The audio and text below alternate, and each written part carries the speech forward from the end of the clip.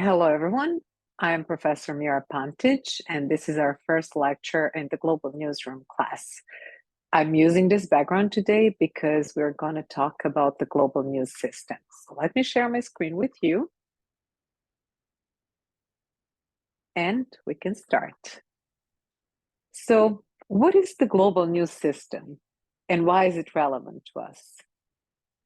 Let's start by asking you a question. How do you perceive the global news system, and what would you identify as its main features? So these are some of the things that I will be talking about today in this video lecture, and I want you to listen to me attentively, read the book chapter assigned for today, and then after that, you will complete an exercise that I have for you, and this exercise should be completed before we meet in person. For this exercise, you will watch my video lecture and then post your answer to this question under the global news system in classes, write about 250 words.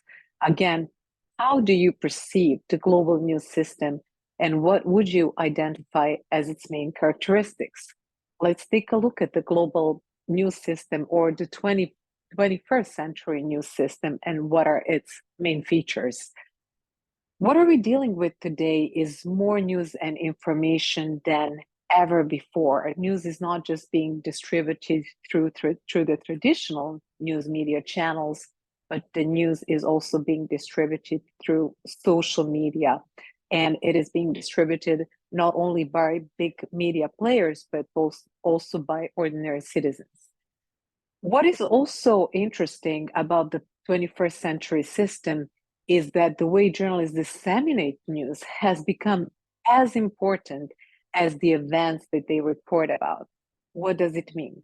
How are they going to distribute the news? Which channels are they going to use? Are they going to distribute the news through television, print? Are they going to distribute it through the internet, through social media platforms, or are they going to use all these channels available to them to distribute the news? Also, which kind of format are they going to use when they deliver a report about an event that is happening across the ocean, elsewhere in the world, not in our country? So they can use video files, they can use photographs, written word, and so on to deliver reports. Another thing that we can see is this rapid decline of the print due to the increase of internet users. So many people are simply focused on consuming their stories, news stories online, which is why they're less likely to buy newspapers and inform themselves about what is happening elsewhere in the world. Another issue that is related to the 21st century news system, or another characteristic, is that the Western press is struggling to find a model that will help traditional media survive economically. And when we talk about traditional media, we are basically referring to the print media, such as newspapers and magazines, and we're also referring to television and radio. How do citizens perceive the world, and what is our perception today of the world, and how does this news dissemination that we're experiencing in a contemporary news ecology affect our perception of the world? Citizens' perception of the world is being changed and by the transformed media system because we get news updates 24/7. And that has a lot to do with the previous thing that I mentioned in this video lecture. So basically, why is it that we have this decline in print media? It is because a lot of people are getting news on the internet, and one of the greatest benefits of the internet is that we can get the news as soon as journalists obtain them and report them. Another thing is that diverse media elements are being utilized to tell a story. What does it mean? Using diverse media elements, using videos, using images, using social media, using live videos to report news. And international journalism in this condition is adopting. They're trying to keep up with the trends that we have in the media to report global news. Even the concept of globalization has changed in the 21st century. So this concept, you're probably familiar with it. and maybe you learned about the concept of globalization in other courses, but thinking of it, it's not really a 21st century concept. This concept belongs to the 20th century. But the difference is that globalization used to be perceived as an increase of trade around the globe, but in today's world, globalization basically means blending culture, and it changes our perception of the world.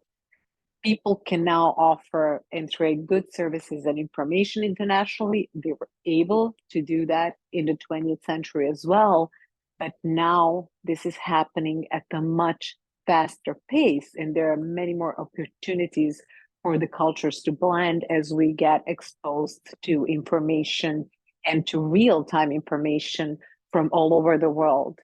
The problem with globalization that it is leaving many countries behind, and this is predominantly, if we look predominantly at the regions such as Africa and Latin America and other countries of the third world, or countries that are that have been dealing with poverty for ages, then we can see how they are being left behind in this process of globalization. So, what are other issues? So, we see that not everyone can follow these trends of the 21st century at the same pace. So, what kind of issues is the entire world dealing with? Those issues include overpopulation, poverty, famine, depletion of natural sources, pollution in the biosphere, regional political disputes, continuing arms buildup, global warming, and then there is a widening gap between rich and poor nations. Now, if we look at all these problems that we are dealing with, what is the role of global journalism? How, in your opinion, can global journalism address the main issues the world is dealing with? How can global journalism to resolve these issues? And do you think that journalism can have any impact on resolving these issues? So these are some of the questions that we will be discussing in class when we meet. I want you to think about it, and let's just figure out what is the role and how can we as global journalists help in resolving these issues. Global journalism, its main role is to provide information from different regions across the globe. So it focuses on the interconnected world and topics that transcend national borders. So it is not about what is happening in our country, it is about what is happening across the globe, and also our involvement in our involvement or our relationships with other countries across the globe. That also represents global journalism, international journalism. Marshall McLuhan, a Canadian media and communication theorist, in the 1960s, he used this term global village to explain how electronic media provided connections across time and space. So when we talk about this global village and we connect it to electronic media, you can see that in the 20th century, global journalism was basically being performed through the traditional media channels.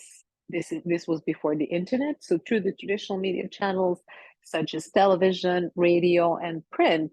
So the world before the internet was predominantly connected through telegraph, radio, and television. But what we are experiencing today in the 21st century is spread of the internet, the spread of social media, and all that contributed to this interconnectedness. Just let's take a look at certain developments across the globe, such as conflicts in Ukraine and Gaza Strip. So if you look at these stories, for example, like the events in these regions, for example, we're exposed to much more information than before because we keep obtaining information from these areas, not only through the mainstream media, but also through other more alternative channels because of the internet. Now, we all can receive information from across the globe, but keep in mind that not all countries have free access to every information. There are certain limitations that other countries are facing depending on whether they have a democratic or a non-democratic government. So in those countries, people face certain limitations in terms of access to information. And also not just ordinary people, but journalists as well.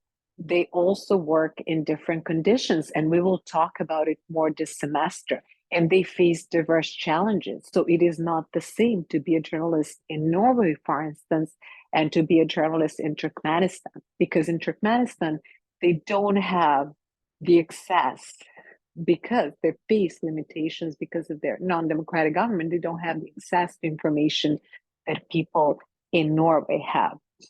And the photo that you can see on this slide, I took that photo a few years ago at the museum in Washington, D.C. that unfortunately closed in the meantime. It was just a nice place to go and learn about how journalists perform their work across the globe. So they really deal with diverse challenges, and only about 13% of people in the world live in countries with free media. So what we have in the United States is not a norm. Remember that. We are actually lucky to have this access to information.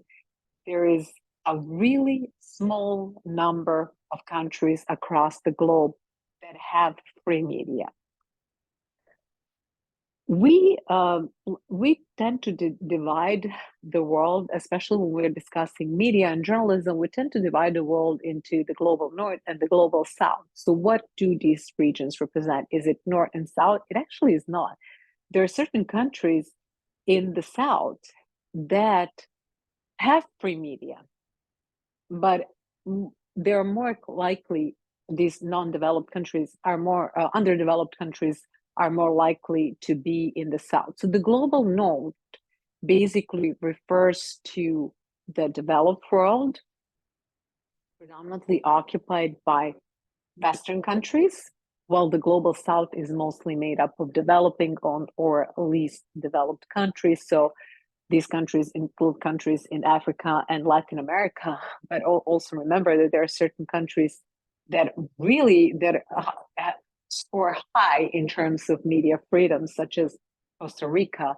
And then when it comes to global north, aside from the US or European countries, other countries that belong in this group are also Australia and New Zealand.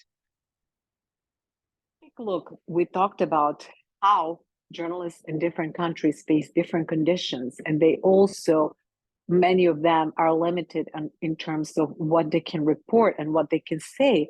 And if they report on sensitive topics that we're going to talk about as well, they face threats and they even risk their lives when they report on certain sensitive issues in their countries. Let's take a look at this graph. So this is from the Committee to Protect Journalists.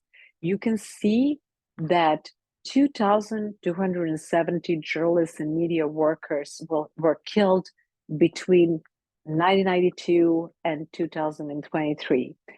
In these cases, like what you can see on these graphs, are both, in some cases, like the motive for their assassination was confirmed or not confirmed. So we can only assume that they were killed because they were reporting on some political scandals or maybe covering organized crime groups, which is one of the biggest problems the journalists in Mexico, for example, are dealing with.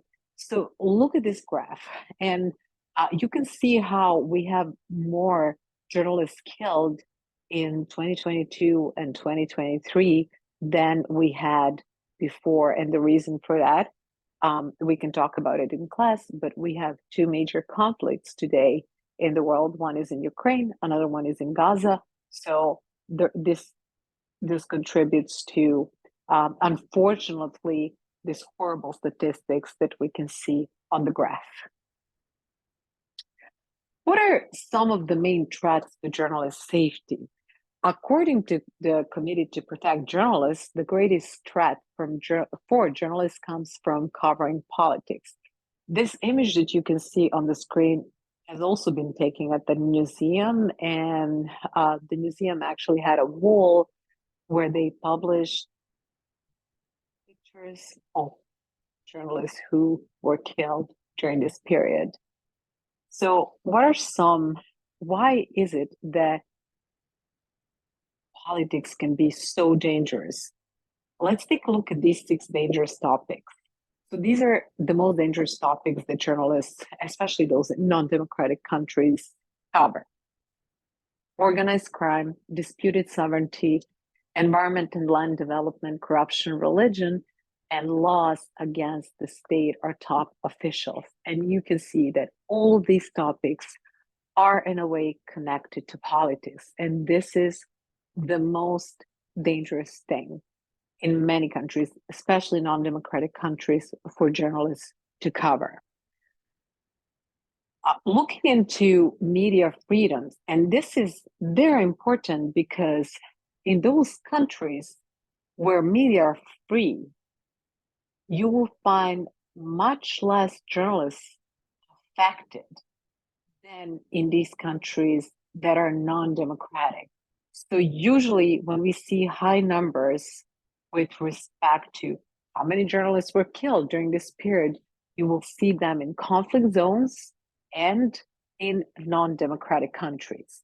So looking at this map, and I would suggest you to go to World Press Freedom, go and look at World Press Freedom Index for 2023 to see which country do you think is the best in terms of media freedoms and which countries are completely lacking media freedom. So as you can guess, these countries that are marked green, so these are Scandinavian countries, and Norway,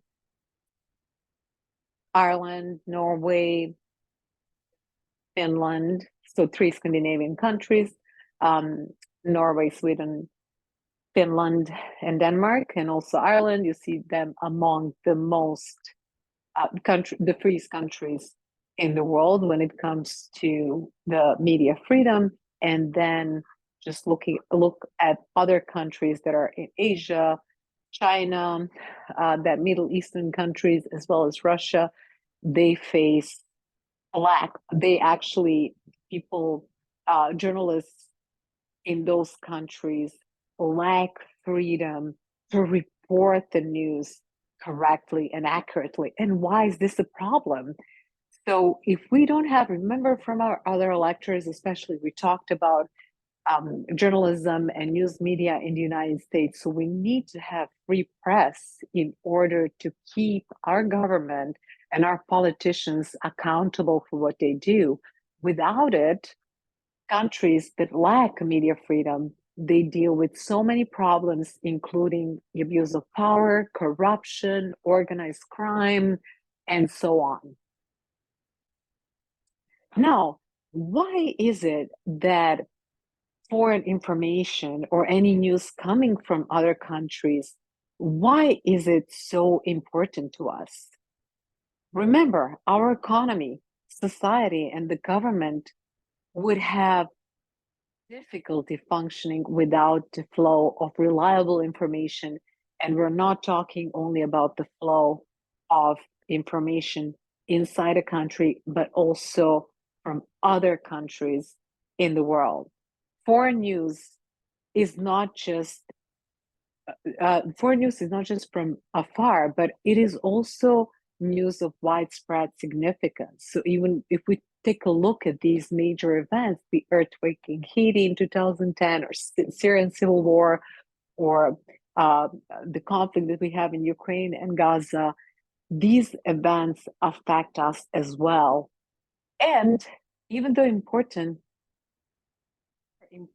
foreign information is, it looks like we're not necessarily in the United States always interested in what's happening elsewhere in the world. What is the reason for that? Why is it that we care about certain things more than we care about other things?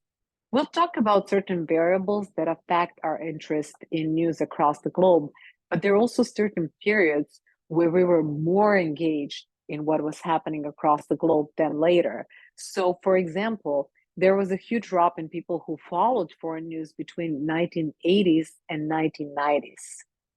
One of the reasons was that international politics, war, and security were not very attractive topics to young people in the US. But let me tell you something else. If we look at these two periods, looking at 1980s, when about 80% of Americans were following foreign news, versus 90s, where just about 20% of Americans were following foreign news. What do you think was the reason for that? What was going on in the 80s that prompted us or our families watch the news more than in 1980s versus in 1990s? Why is it they suddenly decided that they didn't care about what was happening elsewhere in the world? Remember, there was a conflict, a Cold War that ended with the fall of the Berlin Wall and the fall of the Soviet Union in 1991 and the fall of the Berlin Wall in 1989. So these are the reasons they were interested in what was happening abroad, what was happening elsewhere in the world during the Cold War. But then after the end of the Cold War, their interest in foreign news dropped. Now, the era we live in is different. Digital era journalism, when it comes to news consumption from abroad, it brings optimism. The audience wants to receive global news, and the audience that wants to see what's happening across the globe has expanded as so much news is now carried on digital platforms. So we want to read the news online, and we just frequently just stumble upon many interesting things on social media or on news websites that we want to read. We see an interesting video, we want to learn more. We see somebody we follow who posted something interesting from France or Italy or from the Middle East, and then we are eager to learn more about it. So we really come across so much information from all over the world, which was not the case during the era of traditional media dominance. More and more people receive global news through social media today. So let's just go and look one more time into this lecture, our first lecture on global journalism. I wanted to introduce you to a couple of concepts so you can understand what is the role of a global journalist and why is it important to cover all these topics. We discussed globalization and how it has changed in the 21st century. So it doesn't just only reflect how we are connected in terms of trade, but we're actually very connected in terms of information exchange. So globalization now more than ever points at this interconnected world. We communicate with people regardless of where they live. Many of us today work from home, and we have colleagues who are from other countries, and we constantly exchange information with one another. So we are more connected today than ever before. And we're not only receiving news from mainstream media, but we're also receiving information from ordinary citizens through social media, such as this new platform, former Twitter. Now it's X or Facebook or Instagram or TikTok and so on. The main contributor to this interconnectedness is the internet. We also learned today that there's so many issues that the world is dealing with, and this makes us actually even more connected than ever. Why? Because global warming is a phenomenon that affects the entire world. Conflicts across the globe. We can see the impact of the conflict and Russian invasion on Ukraine. We can see the impact of it in the United States. Remember, we had this insane inflation after COVID, and when that conflict started, then there are waves of refugees trying to find a safe shelter, and is fleeing from Ukraine. And then there are many other issues that we are dealing with aside from that. And this is what the role of global journalism is. It is to report on these issues because we need to receive information from other regions of the world, as that information also affects us, regardless of how far we are from that region. Also, we learned today that journalists across the world work in different conditions. So, what does it mean? Journalists across the world work in different conditions because they face threats that we cannot imagine in the United States. So they face threats because they cover sensitive topics such as um, sovereignty related disputes, they cover organized crimes, they cover abuse of power, and so on. And journalists who especially suffer are those who live in non-democratic countries. Thank you very much for your attention. If you have any questions about this presentation, just send me an email. This is my reference list. I would like you to take a look at these sources. Make sure to read the textbook. And if there is anything you want to ask me, just send me an email, or you can find me on Twitter, former Twitter, on now platform X. So thank you again. Have a nice day, and I will see you soon. Bye-bye.